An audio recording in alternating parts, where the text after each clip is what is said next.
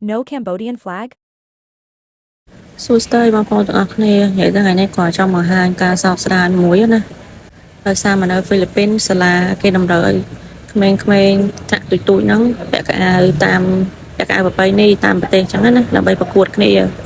ដូចជាយកមេដាយយករង្វាន់អីអញ្ចឹងណាបងប្អូនខ្ញុំព្យាយាមមកមើលកៅអៅអនឡាញណាតែវាអត់មានវាទៅជាឈុតដូចប្រទេសថៃប្រទេសអីណាកាត់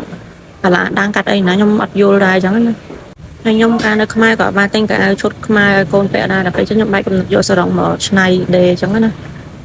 ព្រោះថាកំងអនឡាញវាយូរថ្ងៃហើយវាអត់គ្រប់របស់ទៀតវាអត់ត្រូវវាអត់ស៊ីគ្នាមួយខ្មែរយើងសោះអញ្ចឹងណានៃចានបាយវាចុះកូនបដាដេរបដាតែនឈុតយើងហៅឲ្យបាត់តែខ្ញុំដេរពីយប់ដេរមួយផ្លែហើយយើងក៏ចូលរួមកម្មវិធីពីព្រលឹមទៅនេះទស្សនវិជ្ជាបងប្អូននិយាយទៅថាច្រើនមែនតើឡើងក្តៅហ្មងហើយអ្វីដែលខ្ញុំ surprise នោះគឺថាមានក្មេងពាក់ខ្មែរម្នាក់ប៉ុន្តែខ្មែរក៏ដូចទិញក្នុងអនឡាញអញ្ចឹងគឺថាអាឡាដាំងបងប្អូននេះហើយមើលអត់ដូចខ្មែរសោះនិយាយទៅមកកម្មវិធីហ្នឹងគឺអត់មានខ្មែរសំបីតែមួយអត់សោះមានហើយខុសទៀតហើយយើងក៏ជុំគ្នាបន្តដើរទៅរោងតែគេធ្វើកម្មវិធីហ្នឹងណាហើយរឿងដែលដឹកស្នាមដល់ហ្នឹងកម្មវិធីឲ្យតម្លៃថាឈុតក្មេងៗណាតែពាក់មកទៅធំមើលទៅរបៀបថាចំណាយច្រើនដូចឈុតរបស់ប្រទេសអេស៊ីប្រទេសអីចង់ទៅប្រទេសបែកឡាំងប្រទេសអីណាណីចឹងទៅហើយដល់ពេលយើងខ្មែរគឺអត់ជាប់ទេដោយសារតែគេមើលមិនថាដូចសាមញ្ញពេកមិនដឹងហើយនេះយើងត្រូវឈរចាំតងំតែគេហៅឡើងមកក្រុមអស់ហើយក្រុមយើងចង់ក្រោយគេទៀតហើយបើដែលសោកស្ដាយបំផុតគេមានបិទទង់ជាតិចឹងណានៅលើឆាកប៉ុន្តែអត់មានទង់ជាតិខ្មែរទេ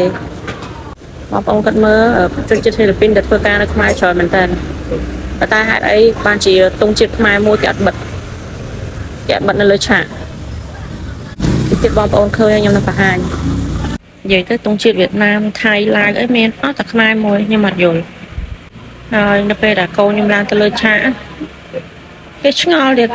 គណៈកម្មការអង្គុយឆ្ងល់ថាកៅអៅគេហើយទង់ជាតិអីគេចឹងណាខ្ញុំតាមមើលទឹកមុខគេចឹងគេឆ្ងល់មានម៉ាក់ដែលគាត់នៅសាលារៀនមួយកូនខ្ញុំហ្នឹងគាត់ថាខ្ញុំប្រឹងឆ្នៃប៉ុន្តែនោះជាអត់មានតម្លៃ